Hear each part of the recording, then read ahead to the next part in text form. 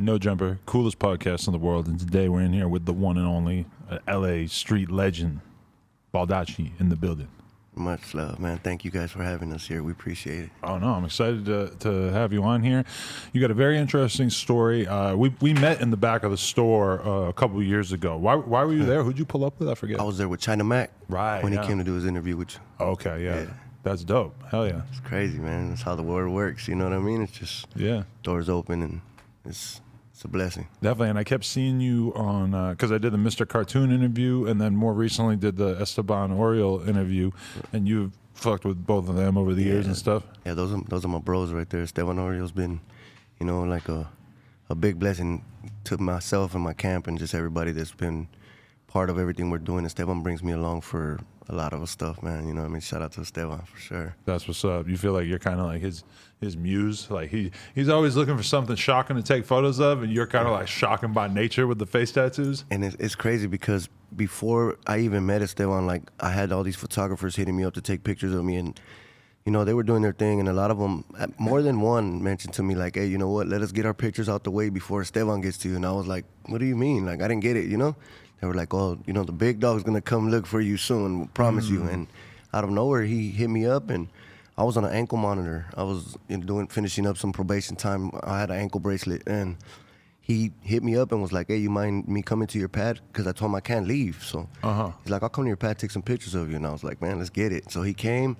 After that, it was a wrap, bro. We clicked and took off since then, Yeah, when I look at his career, it's just kind of amazing to me that he's somebody who, like, nowadays everybody knows, like, to make content, to film videos for YouTube, to take photos for Instagram. Everybody's on that because you got a phone in your pocket. Everybody can do that. But he's somebody that even in the 90s and shit was like mega early on being a fire photographer, and then also realizing the value of being on tour with these dudes and actually capturing that, not to mention like the actual LA street culture on top of him just being on tour and everything. So he saw the future like many years ago. So we owe him a very big debt, For sure. It's a trip. When I see his pictures, it's like I know they're his pictures without even knowing. Like it's insane. I'll see a picture and be like, Esteban took that, because it's like, it's classic, bro. He got it. It's a stamp in a way, because you just met Duno for the first time, and when I was looking through Duno's page, I saw that he had been shot by Esteban, and I'm like, there's a cosign right there. It's like that's a good stamp. Like a pyramid. Everything just ends up,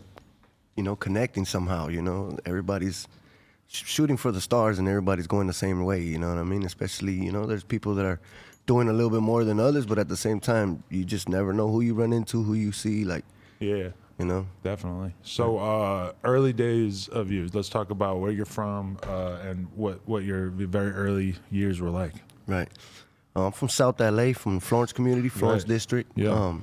Born and raised, basically. I was born in Inglewood, California, and took from the hospital straight to the street where I was basically raised on. It's called Converse Avenue. That's why I got the Converse sign right there, because I'm an all-star from that block. So okay. I definitely had to get that. A couple of us have the stamp, you know what I mean? It's like, but yeah, man, early age, I tried the whole school thing, and I mean, it went well for me, I would say, but at an early age, I started hanging out with a different crowd and, getting introduced to a different lifestyle, which was a gang lifestyle, you know what I'm saying? And so was that front and center in front of your eyes, like growing up the whole time? Like you always knew about this shit? Yeah, definitely, because my dad, he's rest in peace now, but he was from Florence, so, you know what I mean? Like we were, not like he tried to introduce us to us, but it was there in our face, and there was nothing really he could do about it, you know what I mean? Most of the time he was gone in prison, you know what I mean? So my mom, she tried her best to take care of us, like, and keep us on the right track, but it was just, my older brother and then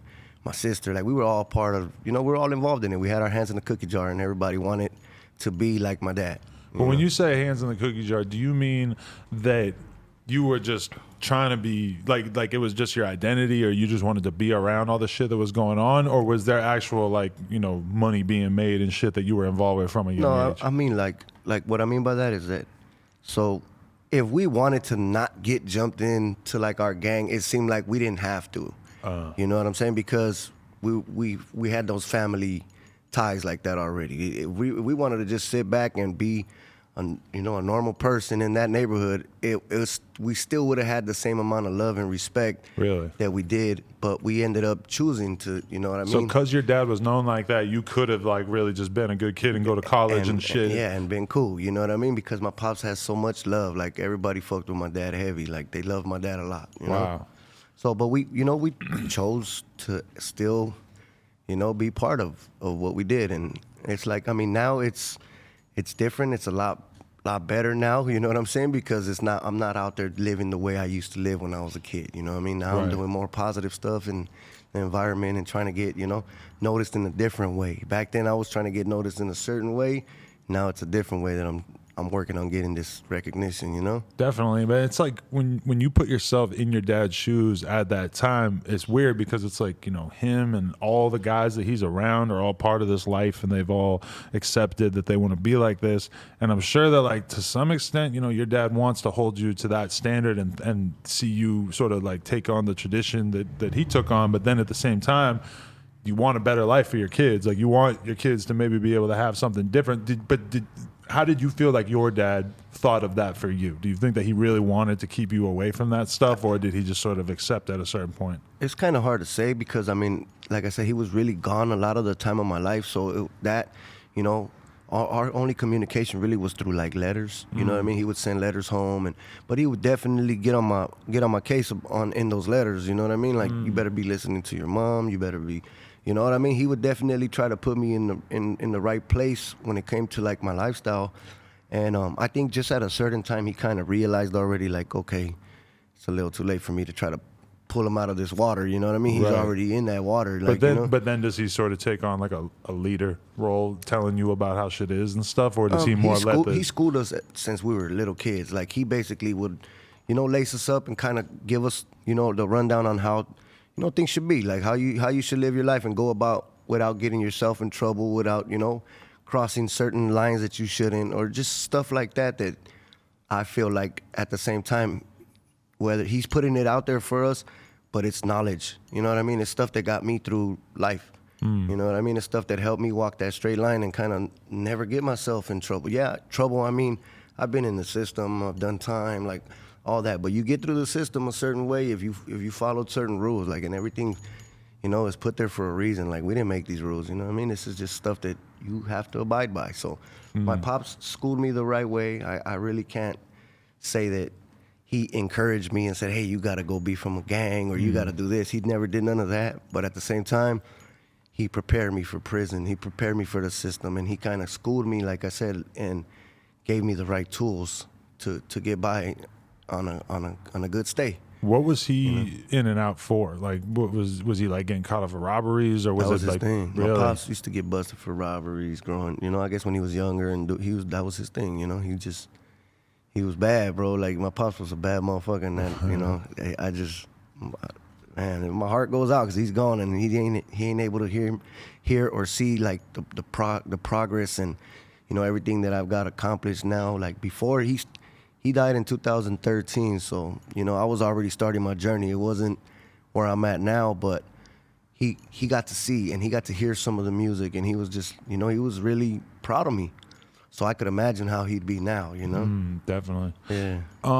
Okay, so but did you grow up with like a natural sort of like my dad did a year in prison when I was 12, and Right. I remember the effect it had on me. It made me really, really angry towards the system and towards, like, you know, just the idea, because I didn't believe that he was guilty, and I felt like the whole thing was so unfair, and it really like filled me with a lot of rage at that age. In particular, you know, you're 12, 13 years old, you're going through puberty for the first time and shit. Like, did you feel anger as a result of your dad not being with you because of that? Yeah, I kind of did, you know what I mean? Because it was like, I felt like we could only see him on a certain day of the week for 15 minutes behind the glass type shit. This is when he's in the county jail, and my mom would take me to go visit him.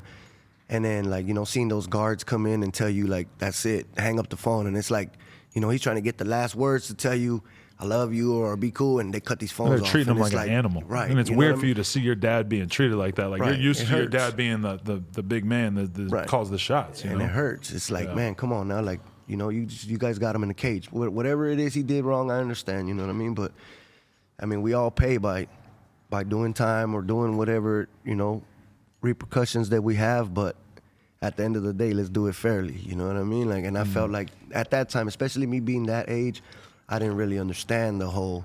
You only really have 15 minutes to talk on the phone. You know what I mean? Right. Now, I mean, growing up, I had to learn that because I had to be in the same position. Now I'm on the other side of the glass, getting visits from other people, you know, outside, and they're telling me, "Oh, you gotta hang up the phone. It's been 15 minutes," type shit. Now I'm seeing like, "Oh, this is what it is," you know.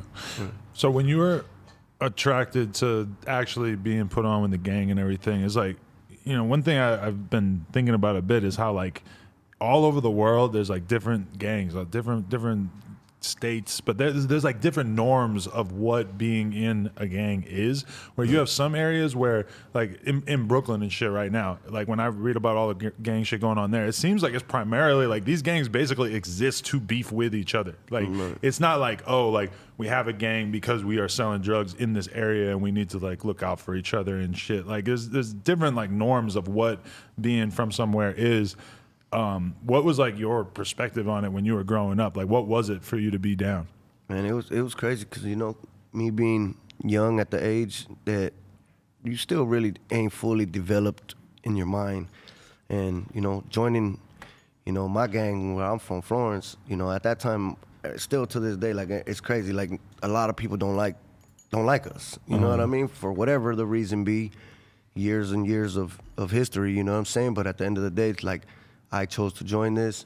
I know so many people don't like us, don't appreciate us, and probably don't respect us because of whatever it is, you know what I mean? But that's something that you chose to take on, you know what I mean? Me being a kid, I didn't think about it like that until, you know, I started hitting the system and going to juvenile hall, and juvenile hall is where it's at. You know what I mean? Like, you're sitting in there fighting the world, especially if you're from somewhere where they don't like, you know what I mean? It's right, like if you weren't turned out already when you're in juvenile hall, that's where you're just around a bunch of bad kids. You learn, if you can't fight, you're gonna learn to fight. You know what I mean? Because people are coming to your door trying to take your teeth, you know, your tennis shoes, trying to just to test you, bro. You know what I mean? You'll wake up, you know, get up, about to brush your teeth and wash your face, and right there they make you leave your shoes and your pair of pants outside the door, so you don't try to escape or whatnot. You leave all that stuff outside your door, so. You know, some people will wake up and come outside and see their pair of shoes missing, and then see a bigger dude walking to go eat breakfast in them, and you're like, what the fuck? You know, like that's how it will get. Like, you know, it didn't happen to me, but I did see it happen a lot. You know what I'm saying? And it's like, you just gotta respond, bro. Like, you know what I'm saying? You gotta protect yourself. You gotta protect your you know, your reputation, especially like, you know, you're young and you don't want to be, you know, labeled as that punk in there. That's for sure, bro. Because it'll continue. You know what I'm saying? And then you got different races, different people just taking your shit, like, and it's over for you after that. And then you're like socialized to all of a sudden understand that extreme violence is the only way that you're going to be able to survive in this environment with your respect, right? Yeah, fighting, bro. Like that's how I was taught. Like, you know, like not even say, I can't even say I was taught. I just something that I picked up on in there. Like, it's you or them, bro. You better fight back. You know what I mean? So I ended up, you know, in the box or whatnot a lot growing up. So what was the first time you actually got in trouble and got have to go to juvenile hall though? What kind of stuff were you getting into? Man, it's crazy because I was 13 years old, and I ended up getting arrested for 3 stolen cars in the same day. So that was your hustle at the time. You were taking people's cars. We used to take them to drive around, bro. We weren't even selling shit, doing nothing. We just take them, drive them around for a little bit, park them, and then let them find their car. We wouldn't even damage the car, bro. That's like the definition of just a bad kid crime, you know?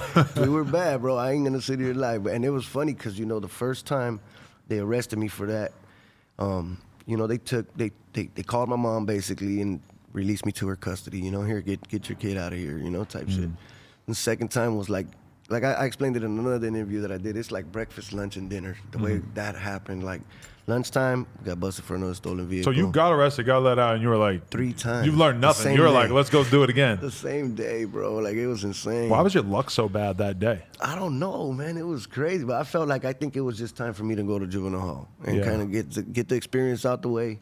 Time for me to go learn, because I was, you know, I was a nonstop train at the time, man. I was just going, you know what I mean? And it was like, you're either gonna get arrested, you're gonna end up dead, or, you know what I'm saying? Who knows what's gonna happen? Do you think that, like, subconsciously you kind of wanted to get locked up so you could really see what this is about? I honestly do. I really feel like when I was that age, that, because, you know, growing up, we watched movies and we've been told by, you know, other individuals, oh, this and this and this happens in juvenile hall. So at the same time, I was like, I mean, not that I didn't believe it, but I was like, man, like, where does, you know, you being a G fall in? Like, if you a G, they ain't gonna take your shoes. Right. If you a G, they ain't gonna slap you around. They ain't gonna do all this stuff that you see on the movies. That ain't gonna happen to you. You know what I mean? If you're a real one and you're gonna go in there and represent, like, that's not gonna happen. So I mean, at the same time, I took the fall going to jail for these stolen cars, and that was my time to learn, and I did. You know, I did. I got to see that half of the stuff they say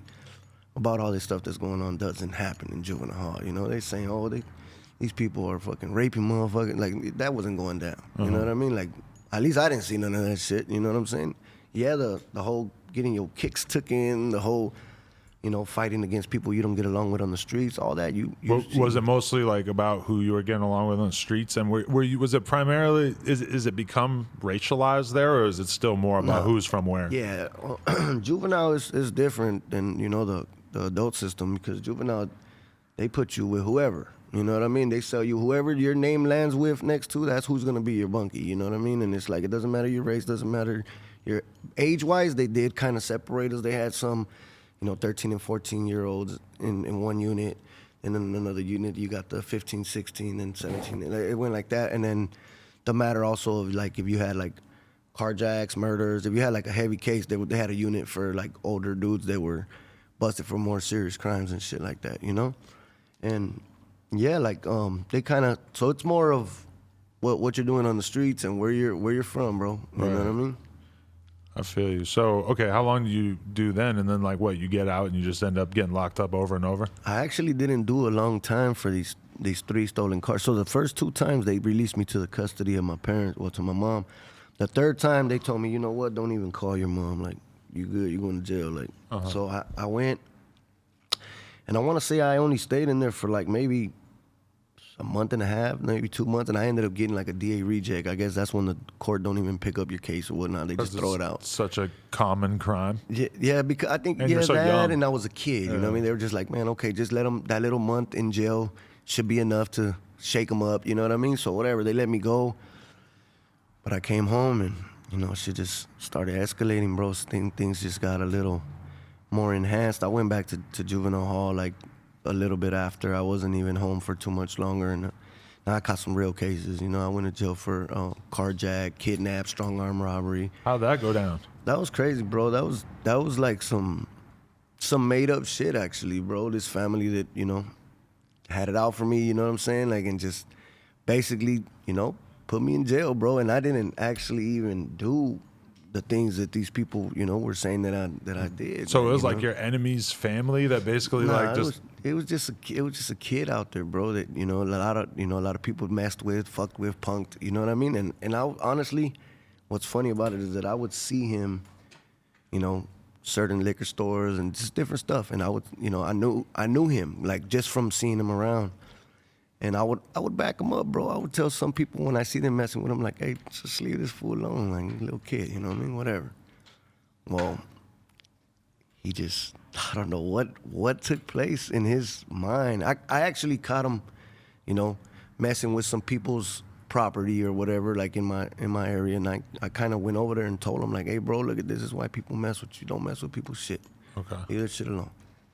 The next day, I was in jail for carjack, kidnap, and strong arm robbery. What the fuck? But they didn't have no evidence or nothing? Nothing. But I was a gang member. I had tattoos on my face. Oh, you already, what age did you start doing that? I got my F-13 on my chin when I was like 13, going on 14. Holy shit. You didn't know anybody else who was 13 getting tattoos on their face, Nah, right? Man, And how old are you now? What year was this? I'm 38 now. I'm about to be 39 on Saturday, on February 13th. Well, 13-year-olds did not have face tattoos in Right. 97 it was or whatever. Rare. Yeah, it was rare. And you know, my homies, they tend to do that. They tend to write on their face at a young age. We learned, you know, young at that kind of shit. So I had that tattoo on my face. So basically, I got a court. I had to ended up getting a lawyer. You know what I mean? Because it was like they were offering me 21 years. That was my deal. So I was like, nah, I need to get an attorney. So my mom, you know, begged, borrowed, and stole to get money to get me an attorney. They got me an attorney. The attorney came and told me straight up, he's like, look, bro, I don't believe you did this shit. I told him, look, I don't even know how to drive. so I don't know how I can carjack somebody, first of all. Right. And they mentioned some shit like chloroform, and that I pulled a pistol and took like $1 from the kid. Like, it was crazy. They would have to have so much evidence to actually They prove had this, right? zero. The only thing they had was the kid and his mother. Right. So he must have went home and, cried to his mother and basically, hey, you know what, help me out here, Mom. This is this and that. So Mom's went to bat for him. Mom's was like, I had never seen moms in my life. But she was there ready to go testify against me, bro. Like, Right. It was insane. But basically, my attorney told me, you're a gang member. You dropped out of school. He's a kid that goes to school, gets good grades. Like, who do you think they're going to believe? Yeah. So he scared the shit out of me. You know what I mean? He was like, look, I'm trying to give you 21 years for this shit. Like, you really got to think about this. Maybe you might want to say, okay, I did the robbery, but I didn't do this and this and this and that. He's like, so they could give you a certain amount of time and not 21 years. Right. And I had already been in the system for a little bit, so I kind of was learning, like how it worked, you know what I mean? So I was just like, man, like, I don't know. I didn't know what to do. I was a kid, you know what I'm saying? So I'm like, I'm going to leave it in your hands. You tell me what you think I should do, to the attorney. He's like, look, man, take a robbery. I'll get you to go to juvenile camp. You'll probably be there for about a year. Right. I told him, let's go. Was there part of you that wanted to make something happen to this kid? I mean, Was that even on the agenda of like possible things that you would have done at that honestly, time? after that, I was just like, man, like, just the amount of trouble you can actually get me in just by saying some shit. Like, I was like, bro, I don't even want to see your face. Like, Right, just, yeah. I'm going to stay as far as I can from this kid. Cause like, I know damn well I ain't never done nothing to this person. You But know it's what I crazy mean? too, because it's like in the areas like this, there's a huge stigma against snitching, and Right. especially for something that didn't even happen. I mean, That's how it works, man. And it's like, honestly, I had nothing else to ever do or say or anything about the kid. Like, I just, left it alone. They were, they had even put like some shit on, like, oh, if anything happens to him or you run into him or anything, like, we're coming after you, basically. So Right. I left it alone, bro. I was like, you know what, it is what it is. You know what, maybe, it happened for a reason. I went to jail and I learned what I had to do and how I keep moving, and you know what I mean. Like it's all a lesson. You know what I mean. I look at it as just as a lesson. right. But so this was all like the local juvenile That's when I jail was- shit. This yeah. wasn't prison yet. Nah, this was juvenile, and I got out. And the thing is, so I was supposed to just be gone for a year. I actually was in there a little bit longer because of fights and just stuff that carried out my time and gave me more time. Little small stuff. Right. And then I came home when I was about 17 years old, I came home. When I turned 18, I got shot 5 times with an AK-47. Right. And okay, so how did that happen? Where were you? I was at the wrong place at the wrong time, bro. That's all it was. Really? Yeah, I was at the wrong place at the wrong time. Honestly, there's not really much that I could even say because it was a blur. Right. Like, I woke up 2 months later. You know what I mean? A month and a half, I was in a coma. Right. So I'm like- where were you standing though? I was in a car. It was a drive-by? Man, it wasn't, we got walked up on and shot at. You know Oh, what wow. I'm saying? Like, it was rough. You know what I mean? But man, I'm here, bro, and that's what counts. You know what I mean? I'm still breathing. I'm talking. I'm not in a wheelchair. I'm not. Yeah. I'm here. And That man though, that right there must have really changed everything. You haven't even hit 18. You can't even buy a pack of cigarettes yet, and you getting like really this story in general. I'm sure you were like, putting yourself in situations and stuff, but a lot of this sounds like just really bad luck. Like, like even getting shot like that in this situation, the fucking false narrative that this kid came up with about you and shit like that. I always think about that, how like, we all know people who like drove drunk once and got caught. And we all know people who drove drunk 100,000 times and they never just got kept caught. going, yeah. It's like a lot of shit but then it compounds upon itself because the more that you get arrested, the more that you're in prison and you're around all these kids and you're fucking learning shit and figuring out how shit really is, and it's taking you further and further away from being able to be a person with a job. Did you even did you even have an idea of what you wanted to be in your life at that point besides just from the hood? Yeah, I mean, I always liked music, like since I was a young kid. Okay. Music was just my outlet, you know what I mean? Like, if I sat there and listened to some stuff on some headphones, or if we'd be at parties listening to music always just caught my attention. And I knew that I wanted to do music, but I just never took it serious because I was still out there hanging out. You know what I mean? And you didn't it's know anybody who was in the music industry or not anything? like that. You No. know, there was some people in my neighborhood that you know they did music here and there, but they wouldn't even look our way. Like it was Really? like, okay, these little kids, you know. But now they see us and they're like, oh shit, you're doing the damn thing now. Like we know, but it happens like that. You know what I mean? Sometimes it's like you got to pay attention to those little guys. You know what I mean? Like I know I do.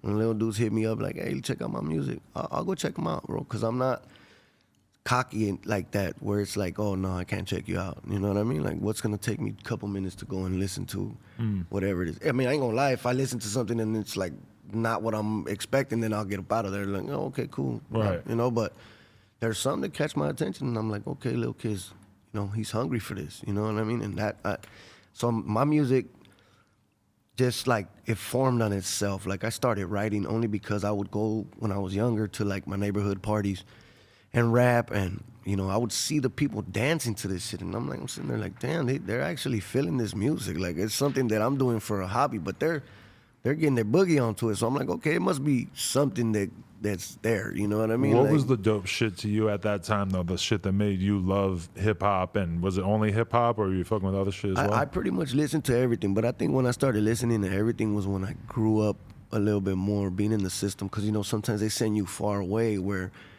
you can't get no radio stations. So the only radio stations you get are playing these chick songs or these other stupid songs. But You listen to some end country up and shit? everything, Really? like everything that comes through that you can listen to. It's like, okay, I like this. This bumps. You know what I mean? And That's it's interesting that kind of turned you on to shit you never would have heard otherwise. never, bro. I would have never even ever thought of listening to any of that music until I was sent places where that's all I can listen to. You know, once in a while you'll hear a rap song come out and you're like, oh shit, you know, but. Yeah, it was mainly rap growing up. Like that's all I really listened to was like you know the old. Big artists or like local LA dudes that you were looking at? I think I did a little bit of both. Like mainly like I would you know listen to like Tupac, Too Short, Eazy-E, like those artists. But I did have like a selection of certain artists that I'll be like, okay, I like dude's music. You know, there was a couple of you know people like from San Diego, like Mr. Shadow, and you know what I mean. Certain different ones. There was different artists that I would actually sit there and be like. Okay, you know what I mean? Like, I could listen to this. It was a lot harder to get your shit out there if you were an unsigned underground rapper back then. It was kind of like you had to get a label behind you because people really found out about music from MTV and the radio. And now they got social media to do it for them. Now you know? you can be like the coolest rapper from some neighborhood in LA and you got 100,000 followers and there's 100,000 people that know all about you, but nobody else knows who the fuck you are outside of the little LA bubble. You That's know? the struggle, man. You know what I mean? It's crazy. It's just... That's why we just keep pushing and keep striving to get to the next level, you know? Definitely. Okay, so you're writing raps like while you're in prison and stuff too. Are you really kind of like still thinking about this idea as you're locked up and everything? Yeah, because at the same time, you know, we got a lot of free time on our hands. You know, you get locked down or whatnot. You got to stay in your cell. You know, only thing to do basically in there is either work out, you know, bird bath, take a shower basically with your sink right there that you got. You know what I mean? That's got to be a challenge. Yeah, it's a little mess. You got to learn how to do it. You got to learn how to roll up your towels a certain way so the water don't fly off into the tier. You know what I mean? You just roll them up a certain way. Some cells are different, just depending on like you know the way they're angled or they're lopsided a little bit. You just got to find out where the water pushes when you're showering. You know? Right. But yeah, I was writing raps while I was on lockdown, and just I kept on. I got stacks and stacks of music that I still haven't recorded out here to today. Like, cause once I got out and I had a phone and I learned how to use the notes, then it was like, okay, I don't need this pen and paper no more. Like I could use this, you know what I mean? But I still have stacks and stacks of music that I wrote while being down, and all of that I feel is gonna come into play. You know what I mean? All of that, cause that's a certain time of my life. That's on paper. That's you know what's going on with me at the time, at the moment. And you know? held on to all of it. Yeah, Were I kept it. you sending it back home, or you just have notebooks in prison? I walked home when I got out of the joint. I came You had to home walk with home? duffel bag. No, I got a gate pickup. You know, Oh, family okay. came to pick me up. But when I walked out with like these duffel bags that they have for like workout bags, full of music. Really? 2 of them.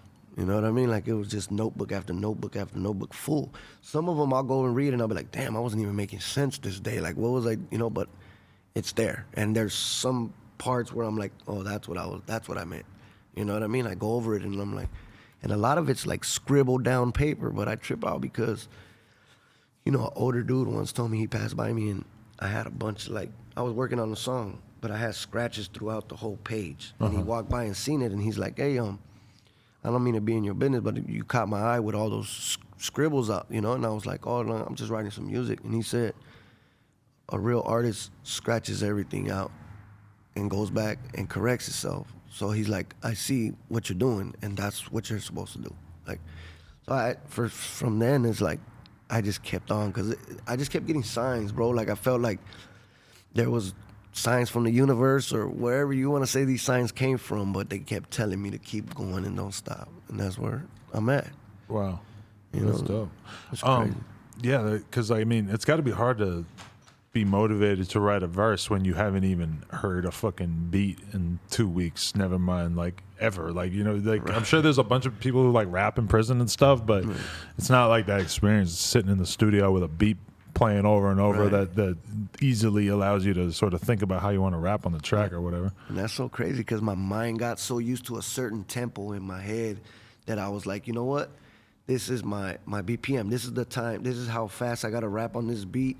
Like, I just played my own beats in my head, and I was able to write, you know? And then we also had a band room. I was in the feds, too. I've been in the feds and in the state. But when I was in the feds, we had a band room where we would go, and we had, like, the Chronic 2001 CD, like, just the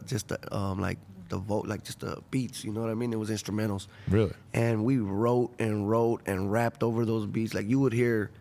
Everybody had like 10 songs to every different beat in there because it was like 6 of us that actually kept that band room like live, you know?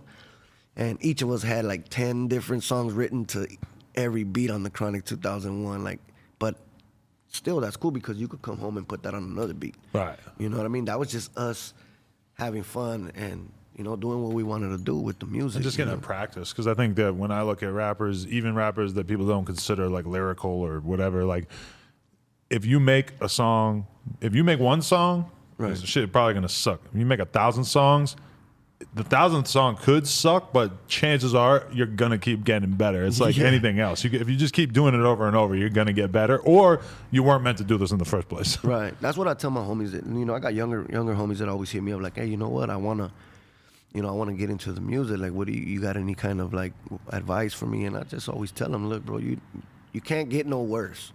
You're only going to get better, so just keep with it. Don't give up on it, you know what I mean? That's the main thing, is not giving up, because I've seen so many, you know, throughout my years that, you know, kind of give up on whatever it is that they're shooting for, and it's like, I understand. It feels like it's never going to pay off, you know what I mean? It really does. It's like we're tired, you know what I mean? We're tired of running at this dream that feels like it's never going to be there, you know what I mean? But I just feel like there's, you know, there is something out there, and that's my reason that I haven't quit. And I feel like every day I do something productive or I make something happen that encourages me to not stop. Definitely. So that time that you were locked up, though, then you come home for a little bit and then you catch this Fed case? Is that basically how it worked? Well, I went and did like close to 6 years in state prison. After I came home from doing 6 years, like I got out. I was out for like 2.5 years, but the only reason I was out for 2.5 years because we were already being, you know, watched or whatever and shit. And I ended up getting caught up, bro. And you knew that? Were you like phones tapped? We didn't know. Like yeah, that? They had like, you know, phone taps, fucking shit like that. You know what I mean? And I came home and just walked basically into an indictment, bro. Like, ended up going to jail, you know. Were you coming home thinking, I'm going to stay out of trouble and I'm going to change my life now? Or was that even an option to you? Nah, that time when I had barely turned, so I went to jail when I was 18, and I got out when I was going to be 24 or something like that. So I was still young. I already knew what I wanted to do. I wanted to get home and party and turn up, you know what I mean? And I did, and that was basically the wrong move because, you know, we were already having, you know, problems on our hands. So I ended up catching this beef and ended up getting sent to the feds for like conspiracy, you know. And didn't you not really even do anything that significant in this time that you got arrested? Wasn't it just like a phone call you had with some girl or some shit? No, well, like, you mean like when I went to feds? Yeah. Feds, it was just... As part of this conspiracy case. They didn't have anything crazy on you, right? Nothing at all, bro, really, to be honest with you. I mean, they had calls where they would say, oh, you know, he's talking about such and such narcotics or whatnot. I was partying, bro. Right, You know what I mean? I'm copping partying. some drugs. Like I was chilling. that's different, you know right? What I mean? Yeah, I was chilling, bro. Like, I mean, at the end of the day, you know what I mean? I had to roll with the punches like I've been doing since I was a kid. Like, I'm not, you know what I mean? I'm not gonna cry over spilled milk. Not gonna tell on nobody. So that's, you know what I mean? That's part of the game. You gotta roll with the punches, and I did. Have you been in that situation of having a cop sitting across from you saying, "Tell us this, this, and this," and you get to go outside today? That's happened forever. They always attempt. You know what I mean? It's like, bro, you got to look at me and kind of figure that you know you got to go to the next door or something. And go ask the next guy. Yeah. What's your actual reaction? Like, what do you actually say when they're trying to put you on the spot? What's like, funny? just like it's not happening. Come on. I had an attorney, and that was his thing. Like I fired him, and everybody laughed at in the courtroom because they were like, "You fired him like you paid for him," because I didn't pay for him. It was like a court-appointed attorney, but that was his thing, bro. Every time he'd come in to see me, he's like, "Hey, you know, the government feels like you have very valuable information." I'm like, "Bro, I don't give a fuck about you or the government. Like, get the fuck out of here," you know? Right. Bro, he left one time from that meeting that I told him that. He was shaking with his suitcase, and I was like, "What's wrong with you, bro? Like, why are you tripping like that?" He's like, "Cause you're gonna kick my ass," and I was like, "I'm not gonna kick your ass. Just get the fuck out of here with that shit. Like, what the fuck's wrong with you? Like I'm here for me." Yeah. You know what I mean? Anytime I've been in the system, I've been in the system because of myself and nobody else. Right. You know what I mean? Have you seen a shitload of people like from your area or just people that you previously were cool with who snitched, and like what's the fallout normally like? It's crazy. It's everywhere, bro. Like, it's not just necessarily, you know, it's just everywhere. The world has changed so much nowadays, and it's like, man, that's why only thing to do now is basically fly straight, bro, because motherfuckers is out there, and you don't know who's who, you don't know what's what, and it's like, you don't know what to do, bro. You don't know who to fucking confide in. You don't know who, like, is your boy. Like, it's out there, you know what I mean? People do that. So you're paranoid?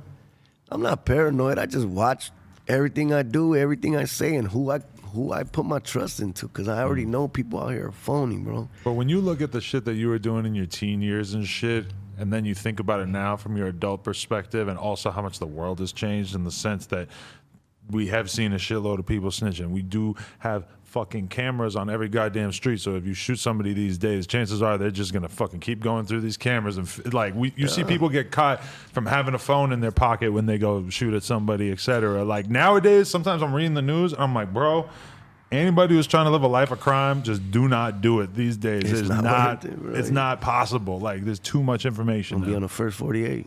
Yeah, unless you really want to be like a rebel who doesn't have a phone and doesn't have social media and it completely is like off the grid, maybe then you would have a chance. But that's just not how people are now either. They want to do some shit and then also flex that they're that kind of person. Right. It's walking cameras out here, bro. Like, everybody, it's like people feel the need to, you know, they see somebody getting beat up or something, they want to record it. Instead of jumping up and helping the person, it's like, let me get my likes on this Instagram post real quick first. Right. You know what I mean? Like, and it's like, I know a bunch of people who either got killed or overdosed, famous people and not that famous people, and I've seen them all dead on the internet because that's just people's reaction. Like, people that I was close to who died, and I got to see the video of them laid out in their fucking car bleeding out with a hole in their head multiple, like a whole bunch of times. Right. It's kind of trippy that this is that consistent. The motherfuckers will always film this and put it online. It's wild. People trip out on me because they're like, bro, like, all you post is food and weed. And I'm like, that's my life, bro. Like, what do you want me to do? And they're like, why do you always post that? I'm like, why do you always watch it? Yeah. You know what I mean? You're watching it. You're inspired for something. You like what I'm eating or what I'm smoking, like one or the other, because you're here, you know, faithfully every day. I see you on my timeline or on my, you know what I'm saying? Like, so it's like, that's what I trained myself to do. Like, I don't need to be posting anything else that's negative. This is what I do. You know, I smoke weed and I eat. Do you But so okay, you get home from doing that Fed bit, and is this when you actually really decided that you wanted to turn your life around? Yeah, what's that look like? I think this is when I kind of figured that I want to take the music serious and see where it goes. You know what I mean? Because, you know, I lived the whole life already. Like, you know what I'm saying? I've been shot, I've been to prison, I've been to juvenile, I've been pretty much everywhere you could imagine. And, you know, I'm not getting any younger.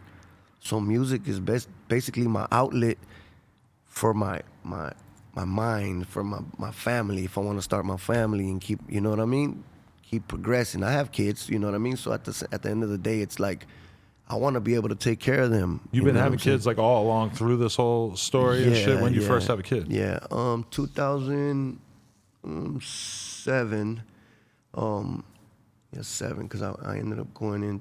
Yeah, 2007 I went in, and right when I got to the feds, you know, the girl that I was with pulls up and she's like, "I'm a week pregnant," type shit. You know what I mean? And it was Holy like, fuck. fuck. So he was born while I was in the, you know, in the system or whatnot. That's my son Joshua. And then I had another son. I named him Music Don. He happened a little bit after I came home from the feds. You know, I was involved with a female that was at the halfway house where I was at. Wow. And yeah, we had a son, but you know, she took off with him or whatnot.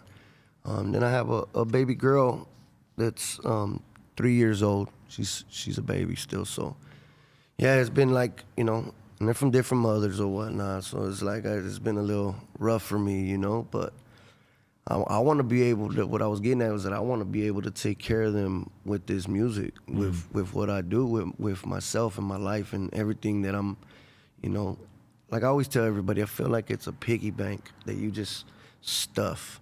And I feel like eventually from stuffing this piggy bank, it's gonna burst. You know what I mean? It's like only a certain amount of money could fit in there. Eventually it's gonna bust, and then we got it. You know what I mean? So I always tell myself that, and I've been faithful to stuffing this piggy bank as much as I can till hopefully one day this shit just explodes and we're good. You know what I mean? Yeah, it's like you realized when you got out that you just had to keep doing shit. But were you getting a reaction at first, or like did you feel like you were kind of just starting from scratch? I feel like I know so many people that when I said I was interviewing you, they didn't know who I was talking about, and then I showed them a picture and they're like, "Oh yes, I see this guy everywhere." Like Right. you've been really grinding. Right. Yeah, no, a lot of people tell me that. You know, a lot of people will be like, "Hey, I seen you such and such and such. What's your Instagram?" And so I was like, okay, they know only what they see, basically. You know what I'm saying? And then when they get to talk to me, when they get to see, you know, a lot of people will see me and either be intimidated or not necessarily intimidated. They just might not be like, okay, that's not my cup of tea. You know what I'm saying? And then they talk to me and they see what my life's about, what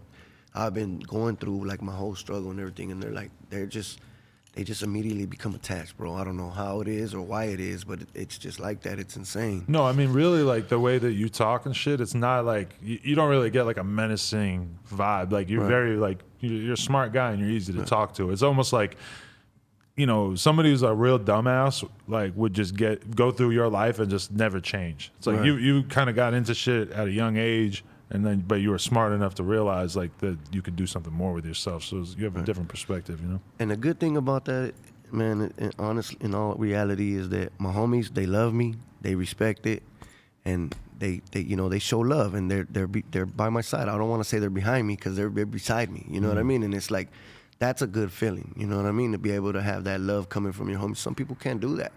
Some people, it's like, nah, fuck that. You know, but with me, it tended to work out. You know what I mean? My homies love me, and I love them back. So it's like, man, all day, like, we're pushing at this dream together now. You know what I mean? And if I can help out a homie in the process, if he wants to, you know, join that positive note, then come on with it. You know? For sure. So how do you actually start working on your career when you get out this time? And in terms of music, like do you hit the ground running, or did you just kind of have to slowly start figuring shit out?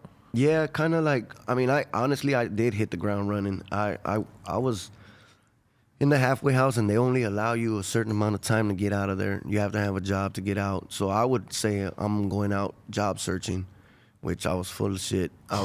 You had to take them back like these business cards to let them know, look, I went to go look for a job here at this furniture store, here at this Burger King, you got to take them back business cards. Okay. So I would pay dudes to go get business cards for me, and I'll go studio and record. Because I knew that I had to get this shit done. Like there was nothing that was going to stop me from doing what I had to do. So I was in these studio sessions. I knew what time I had to be back. I'll be back. I'll meet the guy in the corner, give me the business cards. Boom. Here you go. This is where I was searching at a job for today. They'll tell you, oh, we're going to call them. I'm like, that's fine. Tell them I said hi. Boom. Here you go, you know? And that's how I knew that I was determined, was that I was risking my freedom again to actually go and do something positive. You know what I mean? Like I'm recording music, I'm shooting a video, that type of stuff to me was more worth getting violated for than for me getting something violated for something really that Right. makes no sense. You know what I mean? Like that made more sense to me, like than anything. So I knew at that point that I was in for the long run, and then this was going to be a positive run. You know what I mean? No offense, but where did they think that you were going to get a job? Because realistically, I don't think like Enterprise Rental Car is going to hire you. Like, I'm telling you, they had faith. They had faith. They had a lot of faith. So I got to give them that. You know what I mean? Like they definitely were. I mean, I guess it's just part of their job. They have to do that. You know what I mean? Right, So it was yeah. like, I'm sure some of them knew like, oh, he wasn't looking for no job. Sometimes I would come in with bags from like certain stores in the mall, and they'll be like, oh, I stopped there for a second and got me a hot dog and got me some food. Like it just, Right. you know what I mean? But you know, they would trip out because I had, you know, people trying to help me out with the music that I met, you know, from before, in the system or whatnot. Some of these were wealthy people, you know what I mean? And they offered their hand to help me get my foot in the door with this music. And I would have Bentleys pulling up to the halfway house to pick me up. And, Wow. you know, the staff would be like, hey, like you're living above your means over here, bro. And I'm like, bro, that's not my car. Like, right. it'd be different if I'm pulling up, parking this right here in your driveway. Like I'm not, you know what I mean? Like if they're picking me up, I can't tell somebody, hey, don't bring your car that you own. The you last know? thing you want is the employee at the halfway house thinking that you're driving around in a Bentley, because then they're just going to be like, man, fuck this guy. Let's That's get how they his were. ass. But some of them were happy, like to Right. see it. You know, I got to give them, you know, there was certain ones that would be like, that's right, get it, you know? And then there was the ones that you could see that little bit of envy that they'll come to my cell or whatever you want to call it, because we had a room with like 6 different people in the halfway house where they'll come and look under your bunk and see if you got any contraband, shit like that. Like, so I would notice the ones that were kind of easy because they would see that we're doing decent, and then I would see the ones that would be like, oh no, fuck this guy, like he's doing too much, he's got to be doing something illegal. But they would come and search and find nothing because I Right. wasn't doing shit, you know what I mean, but music, you know what I mean. So it's like, okay, cool, you look all you want, look for what you're trying to find, and you know, good luck. So did you start doing numbers? Like, how did you start putting your stuff out? Because I feel like you've gone viral on WorldStar a couple times, right? We've had a couple videos on WorldStar. We took one or so. We took one off, I believe. Really? How come? Yeah. I honestly forgot. I think it was just certain things in the video didn't match up. You know what I mean? So we kind of wanted to take it down. We took it down. We were supposed to put it back up, but the same dude that shot my video, I couldn't get in contact with him or something like that. So we didn't mess with it. You know. Yeah. Like I think that just with my social media, it's funny because I got to a certain point on my Instagram before where I was like maybe at 14, 15,000 followers. And I lost my page. Like somebody hacked it or whatnot, whatever happened, it was lost. And I told myself, you know what, I'm not even gonna do this Instagram shit again. It's too hard to gain these followers. People don't give a shit, you know what I mean? Like you gotta really be out here doing backflips for people to be like, oh, hey, look at this guy. Like, you know what I mean? And I said, you know what, I'm gonna give it one more try. And if it works, it works. If it doesn't, it doesn't. So I made a new Instagram. I started doing videos of myself just rapping, like, cause I was, like I said, I was dealing with the whole ankle monitor and shit. So it was hard for me to keep the people's attention for so long with only throwback selfies that I was posting. I couldn't go nowhere, so I wasn't really doing shit but staying home. So I had my homie come in and recording me at the house, like on the table just like this. We were recording music. He was sitting there with, you know, and he would make it sound like if we were in the studio. So it sounded good. So I said, you know what? I'm gonna do this until I get off. But the thing was keeping the people's attention, the people on Instagram, because they don't want to just keep seeing throwback pictures. I'm like, I've seen this picture already. I've seen Right. it, you know what I'm saying? So I didn't have no way of keeping their focus. So I started doing these rap videos of myself just doing rap. And it was crazy because I had like maybe 3,000 followers, but my views on these songs were getting like 50, 60,000. And I'm like, how, if I have 3,000 people that follow me, like where are these songs going Right. that these people are all just seeing them? So I just kept doing it, you know, and then I would take some down and put a different one up just to see how, like, what is it called? Like that? The algorithm. The algorithm. Like I would try to see what is it is it a certain time that I have to post? Is it a certain thing? Like, you know what I mean? So I think I kind of learned it more or less what times. And then after that, I stopped giving a shit. I just started posting shit whenever I wanted, and they kept going, like, and my you know, my following is still pushing, still moving up, you know. I mean, it's kind of a gift, especially when you think that, like, you know, you started getting locked up before there really was social media, and then you really like only been like free for a couple of periods of social media. It's like if I were like to just be dropped down on earth right now and told, hey, here's Instagram. I mean, what are the odds that I'm gonna be able to figure out how the fuck to really actually utilize this platform? I feel like it's only because I've been using it for 10 years that I know how to go do it properly. You know, it must have been kind of overwhelming at one point. Yeah, no, most definitely. I didn't even know how to use the phone when I came home. I'm sitting there looking at it like, what does this mean? What does this mean? How do you do this? Like, how do I turn it on? Like, you know what I mean? It was rough, but I mean, it kind of like, I feel like anything, bro. Once you learn, it's like it's up to you to keep, you know, going with it. Like if you like it, then do it. Right. Go for it. So I kind of caught the wave of how everything worked. I started off with the whole Facebook stuff, and Facebook kind of was too family orientated for me. Like, you know, I was like, the Instagram was just pictures. I said, okay, I could do this, you know. Right. And it worked. And, you know, it started working to my benefit too, especially after, you know, I started, you know, we built The Effort, which is my record label along with my boy right here. Right. You know, we started that, and it's been like all business. You know what I mean? Like now we got a LLC. We got, you know, everything in place. Got a whole bunch of stuff going on. We've been on CNN. You know what I mean, with Anthony Bourdain. A lot of stuff through my brother Esteban Oreo. You know, back to my boy. Like he's put us in positions that only he could have done. He's really kind of looked out for you. Like, because I was thinking, I'm like, there's not, you know, most rappers to come up from the underground and stuff at a certain point, unless they just have like one song that's going super crazy or whatever, usually like they have to, like bigger rappers will end up looking out for him and stuff. Pull him out. And Esteban's kind of that for you. Like he's really kind of helped you out a lot. Yeah, he's definitely been a big, you know, help in our journey right here. You know what I'm saying? He's got us to places that I'm sure that we probably wouldn't have been able to without him. You know what I mean? And he's hella appreciated for that. You know, I got tracks with my boy Yellow Wolf now, you know what I'm saying? And that's all part of that. Like Esteban, you know, plugged us up, brought Yellow Wolf to my neighborhood, and Yellow Wolf had a hell of a time, and he loved my homies loved him, and you know, that wasn't Esteban saying, hey, do a song with him. Like Esteban didn't even mention anything. He didn't even know I did music, but it was the love and the, you know what I mean, relationship that we built that day that just carried us on. Now I got 2 tracks with Yellow Wolf now, you know? Right. I got 2 tracks with China Mac. Like I got, you know, all these things that are starting to come in place. Like it's really a blessing and really dope, you know? That's dope. Yeah. I mean, in terms of like what kind of music you make, how would you describe it to somebody who hasn't heard you, and what do you aspire to do when you do make a song?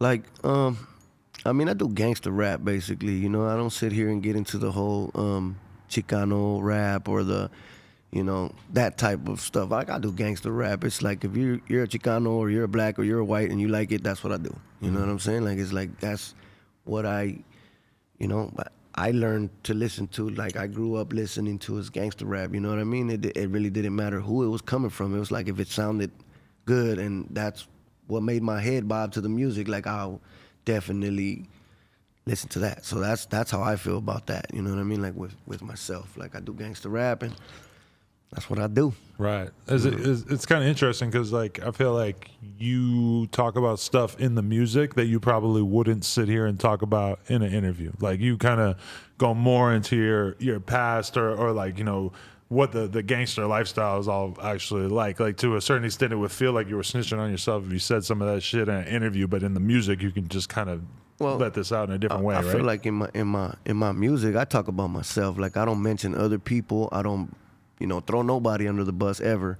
Myself, I talk about what I've been through, my struggle, and that's why I kind of explain as well is that I'm not, you know, some people will sit there and be like, oh, he's glorifying that lifestyle or he's this, and at the same time, it's like, no, this is me telling my story, what I've already did time for, what I've already been through, and for the kids to see and say, hey, if that's, you're gonna go through all that to be, you know, a gang member or to be where he's at now, like, this is what I gotta go through. So I'm kind of explaining to them, like, now you got a choice.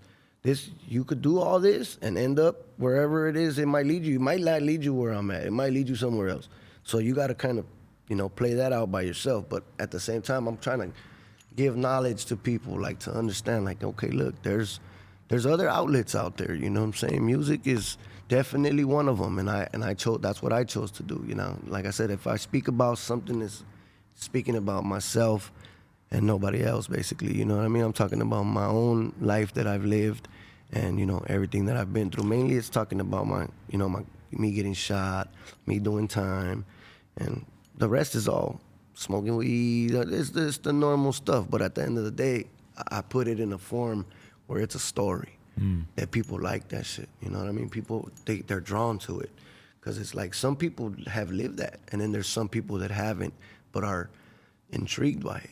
You know what I mean? So it's like it's a win-win situation, especially if you're not throwing somebody under the bus or putting people on blast, and you're not getting nobody in trouble in the process of you doing what you're Because doing. that's one of the easiest ways to blow up in rap is basically to air out another rapper or to say, hey, fuck this hood, fuck all this shit. We've seen a million rappers like basically like if you put out a song right now dissing some neighborhood or whatever, I mean, millions and millions of views, no problem. Right. You know that. Yeah, no. What keeps you from like? Because you're from the old school to a certain degree, right? Yeah, I just feel like that's giving people too much credit. You know what I'm saying? Like when I first started rapping, then yeah, I might have tried that. You know what I mean? And try to start. But growing up and me now seeing how much different my music is from other people's music, it's like I don't feel like I even need to do that. You know what I mean? I feel like I let my lyrics and my music speak for itself, and that's what it's been doing and pushing me further above in the game has been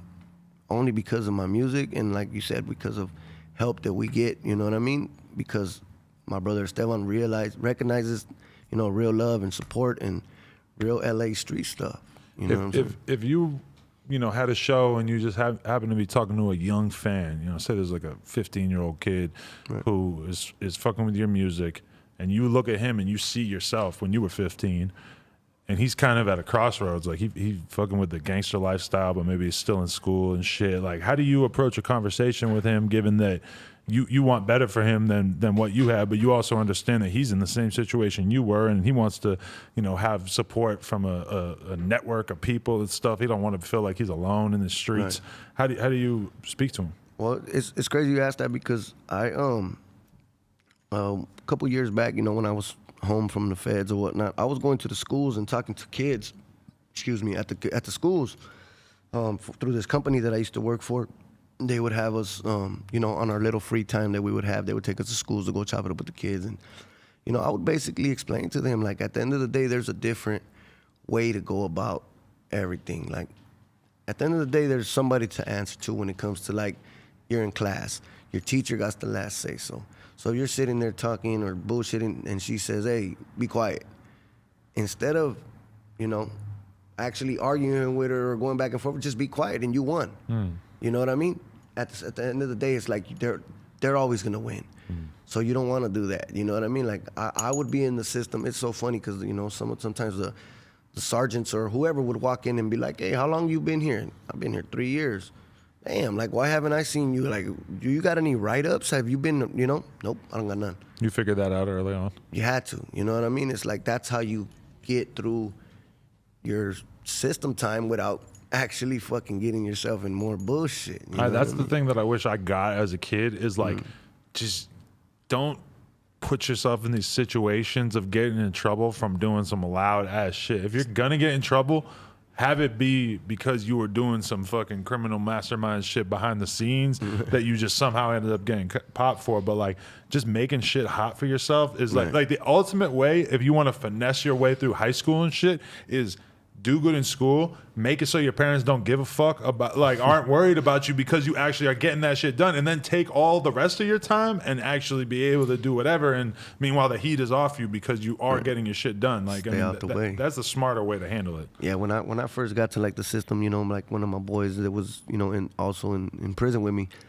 you know, because I ended up going like straight to a level 3, and later on I went to a level 4. But you start at a level 1, 2, or like it goes like that. You know, that's the severities of I guess your crime or how much time you got. Like they got levels. You know, so I started off in a level 3, and you know I kind of liked the structure of the program. You know what I mean? The way things ran, like it was, you know, you feel like you got solid people around you. So that's the type of time you want to do.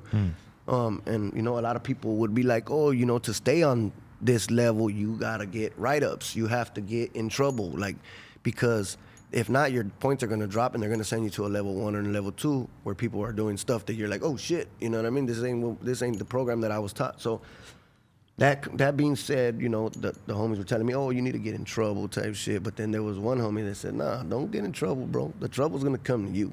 Don't even go look for it, because, you know, that's just gonna add more and more bullshit to your shit. So just let it come, and it'll come to you. And that's what happened. I took that advice, bro. You know what I'm saying? And the trouble did come regardless. So it's like you didn't have to actually go out there and look for the bullshit. It's gonna happen regardless. You know, it's part of being in the system, part of life. I feel you. You know. What about your brand? Effort is how it's said? Yeah, it's not the effort. EF Fort. Okay. Well, it's the effort, right? It's the effort music, but at the same time, it's the F Fort. Got you. So I did it like that, so where, you know what I mean? It's You got not it on your necessary. face, right, too. It's on the side that they can't really see as well. Right. But when did you come up with the brand name? And your homie has a tattoo on his head, too. So you guys take this real serious, huh? Yeah, well, that's all we you know, we're putting everything into the effort music, and it's like everything requires effort. Anything else is just effortless. You know what I mean? It's like I don't understand when people be like, oh, you know, I did this and that, like with no effort type shit. Like, nah, there's no such thing as that, bro. Like, to get up and get a glass of water, you gotta put effort. It's not gonna walk to you. You know what I mean? Like, everything requires effort. And I look at it like, at the same time, it's something that my homies can be proud of, because, you know, we're from the F. Yeah. You know what I mean? So at the same time, it's something. It's an outlet. You know what I mean? So that they, you know, they can't say that I'm out here representing my gang with this. This is my record label. So This you were is, really you thinking know, about that when you named it? Like, Well- I want to make sure that they don't think that this is like Right. me straight creating a whole new gang. To right? just You know what I mean? like- At the end of the day, it's like somebody told me you need to do a mixtape called The Effort, and then they just basically said, they didn't tell me about this whole little X in the middle. They just said do the effort, but at the same time it's the F Fort, and I'm like, okay, but I'm gonna put something to separate that, because we're a fort, we're a Right. family. You know what I'm saying? Like, and I feel like that's, you know, it don't get more positive than that, man. Trying to gain, you know, people to follow your positive journey. Like, there's no, how can you hate on that? You know what I mean? At the end of the day, you know, me and my boy, that's all we do is put out positive stuff now, you know, and I mean, and it's like it's been working for us. That's what's up. No, definitely. We see the growth. And is this a business that you are involved with or something? Yeah, this is the Billionaire Hemp Wraps. So we have a endorsement deal with Billionaire Hemp Wraps. They're really good. These are tobacco free. They're making my actual face. They're making a few different flavors with that are gonna have my face on them. Oh, yeah. Yeah, so it's gonna be like Baldacci Black and Baldacci Gold. Oh, that's what's up. Yeah, it's gonna be sick. It should be coming soon. Like, that's another thing that's a positive thing going on in my life. It's like I don't see a lot of people, even big names, that have that. You know what I Right. mean? But I mean, God is good, bro. At this I point, feel your face tattoos are kind of like your real signature. Like you kind of like even like referencing on the doll and shit like that. Like, has there ever been a time that you regretted getting that many face tattoos? And how do you think about it now? You still get tattoos now? Right. Yeah, no, I still do. They just hurt a lot more now. Before it was like a piece of cake. Now it's like, damn, you almost done. You know what I mean? Like, type shit. It that really did change, but I don't regret any of them. You know, I just feel like if there's one there that I don't need, I could stamp over it. You know what I mean? Like, it's just like it's like a canvas now. You know what I mean? I basically did this to myself, but at the end of the day, now I feel like we're branding this. Like, it's not something that was done for nothing. You know what I mean? Like, though I'm full of gang tattoos and I'm from a gang, I'll never say that I'm not. You know what I mean? Like, that's, at the end of the day, I'm a gang member that's out here doing positive things. I'm not sitting there running around doing the bullshit I did when I was a kid. Right. I'm doing positive things. So, like I say, how can we hate on that? No, definitely. Do you feel like are you still on parole or probation or whatever the fuck it is or anything like that? You're a free man now. I'm free. I'm off all of that now. I just been. That's dope. That was my main thing too. That was my problem. I couldn't sign no deals with no labels. I couldn't do nothing because of the federal parole. Like, Really, the federal probation. parole? You can't sign a record deal? They, unless, like, say these people are telling you they're gonna give you $50,000 to be recording in the studio. I had a probation officer that, you know, he had it out for me. He that it seemed, I don't even want to say that he did, but to me it seemed that way, you know. But you know, I brought him a couple of like contracts, you know what I mean? And basically he would tell me, look, if they're not offering you money or telling you they're going to pay you this much, because some contracts would say, we're going to attempt to make this much with this and that. You know, they wouldn't give you the money up front. But you had to ask him just to sign a contract. Oh, yeah, it had to go through him. Like, my name couldn't be on nothing unless the probation office or them knew about it, because they would definitely run up on you and take you. They took me back they violated me for making an album. Really? While I was on probation, yeah. They violated just for me making an album, not because of anything in particular you said or whatever? You know, my probation officer tried to use that, but the judge, she threw it out because she was like, man, you're talking about, you brought him here on a different type of violation. Right. Now you're bringing this up while we're in court. Nah, like, it's not gonna fly, you know. But he's like, oh, but he talks about this and this and that. So then the attorney and people on my side were like, oh, so you say you know his music? Like, I know every single song. Okay, so you know this song? Yes, we know this song. Why didn't you bring that song up when he's talking about the struggle, his family, like the positive stuff? Oh, I didn't feel it was necessary. That was like the key word for my judge to just be like, you didn't feel it was necessary. Well, I don't feel the rest of this is necessary, so we're throwing this out type shit, you know? But it was attempted. The violation was definitely attempted. Like, they wanted to violate me for that, you know? Yeah. Just didn't, it came out on my favor, you know? What do you do now to stay out of trouble? You just, like, really avoid putting yourself in these kind of situations? Do you still feel like you go back to the hood and stuff? You just try to keep your nose clean? Or Yeah, I keep myself out the way, you know what I'm saying? I definitely stop by my area. Like, you know, that's my people right there. Like, I can never be taken from there. Like, at the end of the day, it's like, they're still my people. Like, but I don't go over there and hang out the way I did when I was a kid. Like, if I go over there, on the corner for 8 hours, I can't do too none hot, of that, right? you know? None of that is going down no more. Like, I was a kid when I did that. So now it's like I stop by, I say what's up to my people, show love, you know what I mean? Get some flicks, get some food, and then, you know, I go about my business, and then it's back to my work, back to me in that box and trying to figure out something positive to get done to make these people continue seeing that I'm out here chasing a different dream, you know? Definitely. No, it's motivational, man, for real. And I feel like, you know, hopefully a lot of people will see this interview and it'll fill in the blanks that they have heard some songs and they've seen you with the face tattoos and shit, but they maybe didn't necessarily know what you really were. You know, I hope this interview opens some doors for you. That'd be like the best thing that I could imagine. Yeah. Right. No, thank you, man. I appreciate you guys having me here. Like, it's definitely a blessing, and it feels like it's another step in my career, man. I just feel like everything that we get done and that we accomplish is a better day. Definitely, man. You know? Yeah, it's been inspirational. Anything that they should keep an eye out for that's dropping in the near future? Yeah, I got my birthday's on Saturday, on February 13th. I'm actually dropping. Thank you. Look at that. I'm actually dropping a video that we just shot with China Mac, my boy Misfit Soto, shot by Concrete. So we got that coming. Just so many different things, man. These hemp raps, like, I'm definitely. I got a documentary with Esteban Oreo too that's gonna be coming out. It's about my life. Really? Yeah, because we came out on LA Originals on Netflix with him. That was a big look for you. That's probably like a large percentage of people when they say, "Yeah, oh, I know that guy." That's probably a lot. That's the main thing they think of. And this is like a follow up to it. Like, he's gonna put it all together. We already shot basically everything already. A lot of interviews in the documentary. Like, a lot of my people, like, they grew up with me. They know me since I was a kid. Like, just really good looks, you know what I mean? And Esteban definitely made that happen again, you know what I mean? So that should be coming soon as well. Definitely. Do you did you get most of your tattoos done in prison, or have you been tattooed by Cartoon?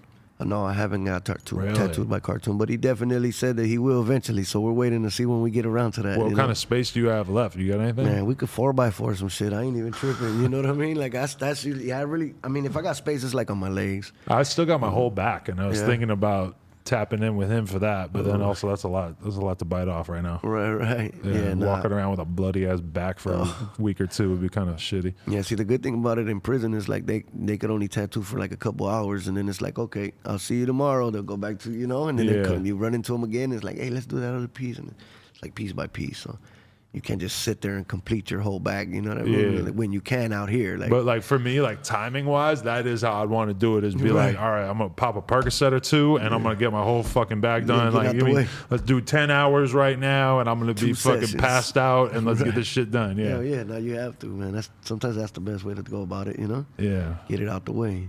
for real. But yeah. All right, Baldacci, man, it was great having you on the podcast. I appreciate your time, man. Thank you so much, bro. For It was a real. blessing, man. Baldacci. Thank you. No Jumper, coolest podcast in the world. Check us out on YouTube, SoundCloud, iTunes. Like, comment, subscribe, and hit up nojumper.com if you want to support. Appreciate all you guys. And follow him on Instagram as well. It's on the screen. Yeah. Face of Los Angeles out here with my boy Adam 22, No Jumper. Hey, appreciate you, man.